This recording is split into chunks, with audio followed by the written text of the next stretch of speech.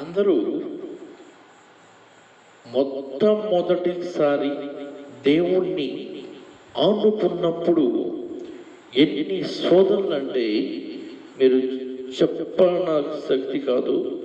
అన్ని శోధనలు ఎదురవుతాయి. బంధువుల్లోనే అది ఇలా ఇలా అంటారు. ఎలా అంటే, ఆయన దేవుడు అంటావేంట్రా, ఆయన దేవుడని ఆయన నట్టపోతావేంట్రా, ఆయన దేవుడని ఎవరు చెప్పారా అని ఈ విధంగా మొదలైంది. ఇంకొక వ్యక్తి అంటాడు, మరి నీ మంచి చూశాను, నువ్వు ఈ మధ్య చర్చికి వెళ్తున్నట్టున్నావు,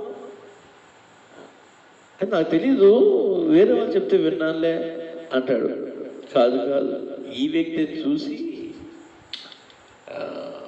చెప్పుంటాడు, చూశాడు కాబట్టి అడిగాడు.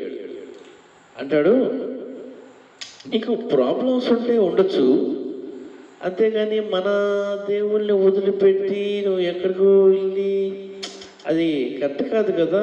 సరే, ఇంకేదో ఇబ్బంది వచ్చి ప్రాబ్లం వచ్చి వెళ్తే వెళ్ళి ఉండొచ్చు, కానీ మన దేవుళ్ళు మనకున్నారు కాబట్టి మన మందే ఎన్ని ప్రార్థనలకు వెళ్ళిపో, ఏదైనా చేయపో, ఇదిగో మందే మాంసం తింటున్నామని ఎముకలు మళ్ళీ వేసుకుంటామా ఏంటి?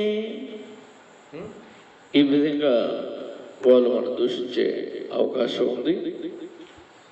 అయితే కొంతమంది పాస్టర్ గారు వచ్చారని ఎగతాళి చేస్తారు.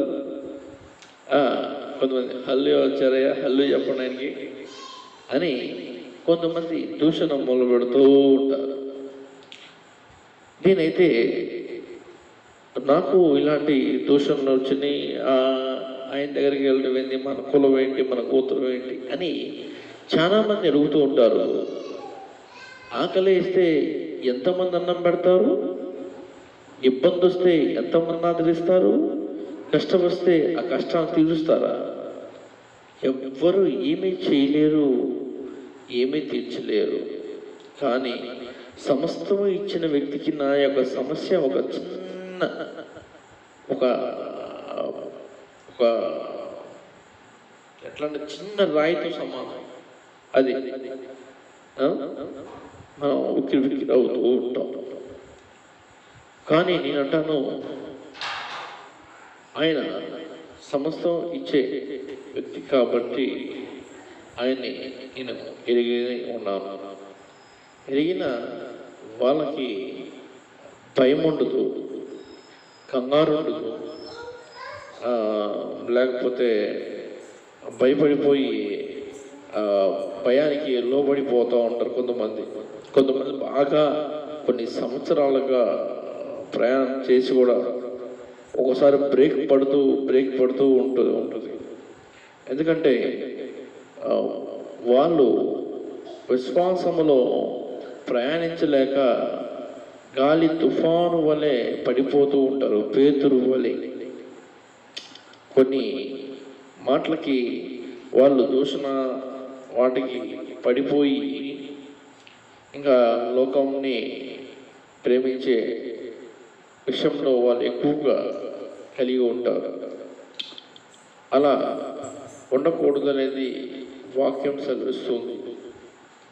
అదే విధంగా దేవుడు మన పక్షాన ఉంటాడని, ఆయన మన పక్షాన పనిచేస్తున్నాడని, ఆయన వర్కింగ్ ఆఫ్ యూ, నేను ఎప్పుడు వర్క్ చేస్తూనే ఉంటున్నాను, మీకోసం ప్రయాసపడుతూనే ఉంటున్నాను. ఎందుకంటే సమస్తము ఈగలైన దేవుని నేను చేయలేనా అని ఆయన మనల్ని అడుగుతూ ఉంటాడు. ఎందుకంటే ఆయన నిన్న ఉన్నాడు, రేపు ఉన్నాడు, నిరంతరం ఉన్నాడు. అంతా తెలుసు. నిన్న ఏం జరిగిందో తెలుసు, రేపు ఏం జరిగిందో తెలుసు, ఎల్లుండి ఏం జరిగిందో తెలుసు. ఒకవేళ నిన్నేం జరిగిందో తెలుసా అని అనుకో, దేవుడు అంటే తెలుసులే అన్నాడు. ఒక వ్యక్తి ఈ మాట అడిగినప్పుడు నీకు సమాధానం ఉండదు. మొన్న ఏం జరిగిందో తెలుసా అని అడిగినప్పుడు మొన్న ఏం జరిగిందో కూడా తెలుసు. ఇంకా అవతలోడు ఇంకా సమాధానం ఉంటుందా? మొన్న ఏం జరిగింది చెప్పాడు, నిన్నేం జరిగింది చెప్పాడు అంటే అన్ని కాలాల్లో నువ్వు ప్రయాణిస్తున్న దేవుడు సమస్తము సాధ్యమే. ఎందుకంటే యేసయ్య మేము దగ్గరికి వెళ్ళినప్పుడు ఆయన చెయ్యి ఇలా పట్టుకొని ఆయన దగ్గర తీసుకున్నాడు. మేము ఎవరికి లోపడలేదు, ఎవరి ప్రభావానికి లొంగలేదు, కానీ మా ఇష్టపూర్వకంగానే ఆయన పిలిచాడు. ఆ పిలుపుని బట్టి మేము వెళ్ళాం. ఏంటి పిలవకపోతే మా పరిస్థితి ఏంటి? నిజమైన దేవుడు దగ్గరికి, ఆయన సన్నిధి దగ్గరికి మేము వెళ్ళగలిగాం కాబట్టి మేము ఇంకా సజీవులు వెళ్ళి ఉంటాం. లేకపోతే ఎప్పుడో పురుగు పుట్టింది, చచ్చింది, పోయింది అన్న సామెత అయ్యేది. ఎప్పుడో మట్టిలో గడిచిపోయేవాళ్ళు. కానీ ఆయన సజీవుడైన దేవుడు కాబట్టి ఆయన ఆత్మతో మమ్మల్ని నింపి పరిశుద్ధపరిచి నూతన క్రియలుగా మమ్మల్ని మార్చి అనేక విషయాలను మమ్మల్ని బలపరిచి బలమైన కార్యమును సిద్ధింపజేశాడు. నూతన అభిషేకాన్ని కలగజేశాడు. అదే అనేకముగా మమ్మల్ని రూపుదిద్దుకోవడానికి సహాయం చేస్తాడు. ఎందుకంటే ఆయనకి అన్నీ తెలుసు. నీకు ఎందుకు శ్రమ కలుగుతుందో తెలుసు. ఆ శ్రమ వెనకాల దేవుడు చేయాల్సిన పని ఏంటో తెలుసు. మనమంతగా మనం దేవుని సేవలో వడబడాలి అంటే పిలిస్తే రావు. ఆయన నీకు ఏ విధంగా నిన్ను ప్రెజర్ చేసినా, ఒత్తిడి చేసినా ఆయన చేతులతో నిన్ను చెక్కుతూ ఉంటాడు. చెక్కినప్పుడు నువ్వు శిల్పం వలె మారుతావు. ఆ శిల్పానికి విలువ ఉంటుంది, చెక్కబడిన వస్తువుకు విలువ ఉండదు. ఒకప్పుడు నువ్వు లోకంలో ఉన్నప్పుడు విలువ లేని వ్యక్తివి, కానీ ఆయన రక్తం ఇచ్చి నిన్ను కాపాడిన దేవుడు నువ్వు విలువగా మార్చబడ్డావు. నీ విలువ ఎలా పెరిగిందో తెలుసా? ఆయన బట్టే. నిన్ను ఎందుకు గౌరవిస్తున్నారు తెలుసా? ఆయన బట్టి. నిన్ను ఎందుకు ప్రేమిస్తున్నారు తెలుసా? ఆయన బట్టి. నిన్ను అనేక జనమును హెచ్చిస్తా అన్నాడు దేవుడు తెలుసా? ఆయనే.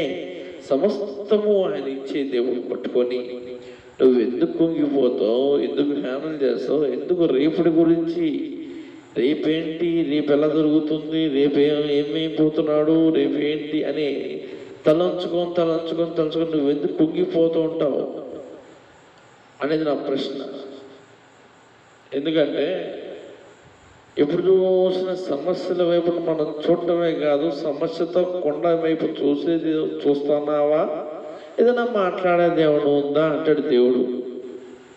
అందుకే నేను చెప్పేది ఏంటంటే మనకి మాట్లాడటం రాదు, మాట్లాడటం నేర్చుకోవాలంట. అదేంటనయ్యా మాట్లాడటం అదంటున్నావు? మరి అది ఎన్నో సంవత్సరాల నుంచి మనం మాట్లాడుతున్నాం, చిన్నప్పటి నుంచి మాట్లాడటం నేర్చుకున్నాం. మరి వచ్చు కదా, మాట్లాడుతున్నాం కదా, ఇంకా మాట్లాడటం రాదంటే అడగచ్చు. కానీ నువ్వు ఆయనతో మాట్లాడేది వేరు, లోకంతో మాట్లాడేది వేరు. నువ్వు సమస్య ఉన్నప్పుడు ఆ కొండ వైపు చూడటమే కాదు, ఆ కొండతో మాట్లాడు అని అంటాడు దేవుడు. ఇంకవైపు మన కొండ వైపు చూసి చాలు, మాట్లాడిద్దాం. అయ్యా, నా సమస్యలు ఒక పెద్ద కొండ అంటే ఎన్నో కొండలు తీసేసిన వాడిని నీ కొండ తీయటం పెద్ద కష్టమా? ఇశ్రాయేలు ప్రజల్ని ఆరిన నేలపై నడిపించిన దేవుడు ఇది చేసిన దేవుడిని తీయటం పెద్ద సాధ్యమా? సాధ్యం కాదా? యేసేపు అన్ని కష్టాలు పడి, బాధలు పడి, ఇబ్బందులు పడి, ఆడవాళ్ళతో శోధించబడి, శపించబడి, ఆ విధంగా అన్నుల చేత దూషించి తన్నులు తిని, రాజుగారి చేత కూడా అనేక ఇబ్బందులు ప్రయాణం పడి, జైల్లో శిక్ష అనుభవించి, ఎన్ని ఇబ్బందులు పడ్డ దేవా నన్ను వదిలేసావా ఏందయ్యా తండ్రి అని ఎంతగానో ఎన్నో విడిచిపెట్టి నేను బాధపడుతున్నాను. వేరే వ్యక్తిని నమ్ముకొని నష్టపోయానయ్యా అని ఏడ్చాడు. కానీ దేవుడిని నమ్మిన వ్యక్తి ఎప్పటికీ నష్టపోడు. ఆ విధంగా దేవుడు ఏ విధంగా హెచ్చించాడు తెలుసా? ఈజిప్ట్ అప్పట్లో అగ్రరాజ్య ఈజిప్ట్కే మరి ఫరోకి ఇంట్లో పడ్డాడంటే, నేను మా ఇంటికి ఫరో, నువ్వు ఈజిప్ట్కి మొత్తానికి నువ్వు ఫరో అన్నాడు. ఎక్కడ యేసేపు, ఎక్కడ వ్యక్తి, ఆమె ఉన్న వ్యక్తి ఏంటి? గొర్రెలు కాసుకున్న వ్యక్తి కూడా ఆ విధంగా ఆయనని తీసుకెళ్ళి సింహాసనం మీద కూర్చోబెడితే అన్నలతో పరాచకాలు ఆడి బెన్యామీన్ తీసుకురమ్మన్నప్పుడు కూడా అక్కడ తమ్ముడి మీద ప్రేమను బట్టి, ఇంకా మీ నాన్నగారు బతికున్నారా అని అడిగింది కూడా నా తండ్రిని చూడాలని ఆశను బట్టి, ఒకవేళ పగ తీర్చుకోవాలనుకుంటే ఎప్పుడో తీర్చుకునేవాడు, కానీ తన పగ తీర్చుకోవాలనుకోలేదు. అన్నలారా మీరు భయపడకండి, నేను ఏమీ మిమ్మల్ని చేయను, ఎందుకంటే మీరు కావాలని చేయలేదన్నయ్య, అది దేవుడు పిలుపు, దేవుడి అట్లా ఏర్పాటు చేశాడు. దేవుడి ప్రణాళికను బట్టి నేను ఇక్కడికి రాకపోయి ఉంటే ఐగుప్తులు కరువు వచ్చి చనిపోయే వాళ్ళమే, మీరు కూడా చనిపోయేవారు, ఇతరం గింజ ఉండేది కాదు, అందరూ చనిపోయేవాళ్ళు. కానీ మనమందరం బతకటం కోసం దేవుడు ఏర్పాటు చేశాడు అని నన్ను అని వేడుకుంటాడు. అయితే అప్పుడు అన్నదమ్ము వచ్చినప్పుడు 10 మంది ఉంటారు, అందరు సాగలి పడతాడు. ఇశ్రాయేలు దేవా, నేను కన్న కళను కూడా ఫుల్ఫిల్ చేసావయ్యా అని చెప్పేసి కన్నీళ్ళు పెట్టుకుంటాడు ఆ దృశ్యాన్ని. మళ్ళీ దాంతోపాటు బెన్యామీన్ కూడా వచ్చినప్పుడు 11 మంది ఉంటారు కాబట్టి అందరూ ఇంకా ఆ నెంబర్తో సహా ఫుల్ అయిపోయి మళ్ళీ వాళ్ళు కూడా కాళ్ళు మొక్కి దండం పెడతారు. అంత దేవుడు ఎంత హెచ్చించాడు. అయితే తండ్రి యాకోబుని బెన్యామీని తీసుకెళ్లే ముందు ఒక మాట అంటాడు, నాన్న ఒక మంచి శుభవార్త ఇచ్చానంటే, నీ మొహాలకి ఎప్పుడు చూసినా అశుభవార్త తప్ప శుభవార్త ఎప్పుడు తెచ్చారా మీరు అంటే, ఏం లేదు నాన్న, మన తమ్ముడిని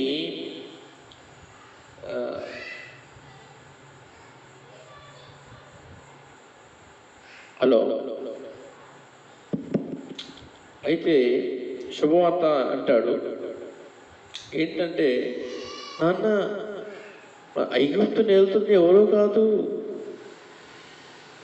మన యేసేపే అని అన్నప్పుడు, ఏంటి మన యేసేపా?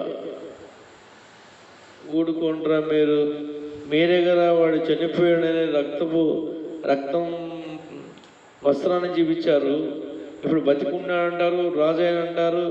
అరే ముసలవాడిని అయిన నన్ను, తెల్ల వెంట్రుకలతో ఉన్న నన్ను ఎందుకురా మళ్ళీ నన్ను నవ్వులు పాలు చేయాలనుకుంటున్నారు అని తండ్రి అడుగుతుంటే, నిజము నాన్న, అదిగో కావాలండి చూడండి, ఈ రథాలు చూడండి, వీటికి సంబంధించిన సామాన్లు చూడండి, మీకు ఇష్టమైన అన్ని దీంట్లో ఉన్నాయి అంటే, ఎందుకో అవి చూశాక నమ్మ బుద్ధి అయింది. లోపలికి వెళ్ళి దేవుడికి ప్రార్థించి, ఇశ్రాయేలు దేవా నీకే స్తోత్రం అని ప్రార్థన చేసినప్పుడు, యాకోబు సందేహించకు, వెంటనే వెళ్ళు, నీ కొడుకుని రాజును చేశాను, రాజులకి రాజును చేశా, నేను అన్న మాట అన్న కళ వాగ్దానము నెరవేర్చాను, వెళ్ళు సందేహింపుగానే వెంటనే యేసేపు అక్కడ నిలబడి తండ్రిని చూస్తూ ఉంటాడు. తండ్రి పరిగెత్తుకుంటూ వస్తే కొడుకు కూడా పరిగెత్తుకుంటూ వెళ్ళి కౌగిలించుకొని ముద్దాడుకొని మెడ మీద ముద్దు పెట్టుకొని, ఇశ్రాయేలు దేవా నీకే స్తుతి స్తోత్రం నాయనా, అన్నమాట నిలబెట్టావు, నా కొడుకుని రాజును చేశావు నాయనా అని తన కోరిక నెరవేరింది. ఎంత ఇష్టం అంటే సేపంటే ఎంత ప్రాణం అంటే, దేవుడి మాటలన్నా దేవుడి పిలుపన్నా అసలు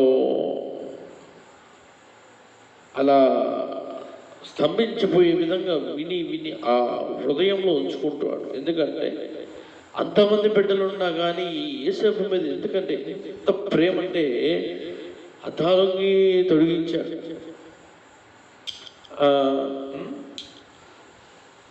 తన తండ్రి చెప్పిన మాటకి విధేయత ఇచ్చి తండ్రితో ప్రేమగా ఉంటాడు. ఆయనకి చాలా దగ్గరగా ఉంటాడు. అనలు గురించి అన్న తండ్రి మీరు ఇలా ఉండమంటారు, వాళ్ళనో ఇలా ఉండట్లేదు, ఏం చేయాలని తండ్రికి చెప్తా ఉంటాడు. అప్పుడు అనలు అంటారు, రే వీడు వస్తున్నారు కానీ సైలెంట్గా ఉంటాయి, ఇక్కడ జరిగినంత మళ్ళీ వాడు చెప్తాడు, తండ్రికి చెప్తాడు అని వాళ్ళని సైలెంట్గా ఉంచడం జరుగుతుంది. అన్నయ్య అన్నయ్య అన్నయ్య అంటారు. ఏందిరా అనగానే నాకు కళ వచ్చినాయి అని అన్నయ్య చెప్పురా తమ్మయ్య అంటారు. ఏముందనే మన చేల పనులు 11 పనులు సాష్టాంగ నమస్కారం చేస్తానండి. ఒక చిన్న పనికి మిగతా పనిలో సాష్టాంగ నమస్కారం చేస్తున్నాయిరా. దానికి అర్థం ఏంటని దేవుడి దగ్గర అడిగితే దేవుడు బయలుపరిచాడు. ఏంటి 11 పనులు మీరే అన్నయ్య, మీరు నా కాలు మొక్కుతున్నారు, సాష్టాంగ నమస్కారం చేస్తున్నారయ్యా అంటే, అరే అబ్బాయి కంట మరొకటి కాలు మొక్కాలంటారా? మొక్కుంటారా తల తనదని ఉంటారా? ఎగ్జాక్ట్ ఇదే జరుగుతుంది.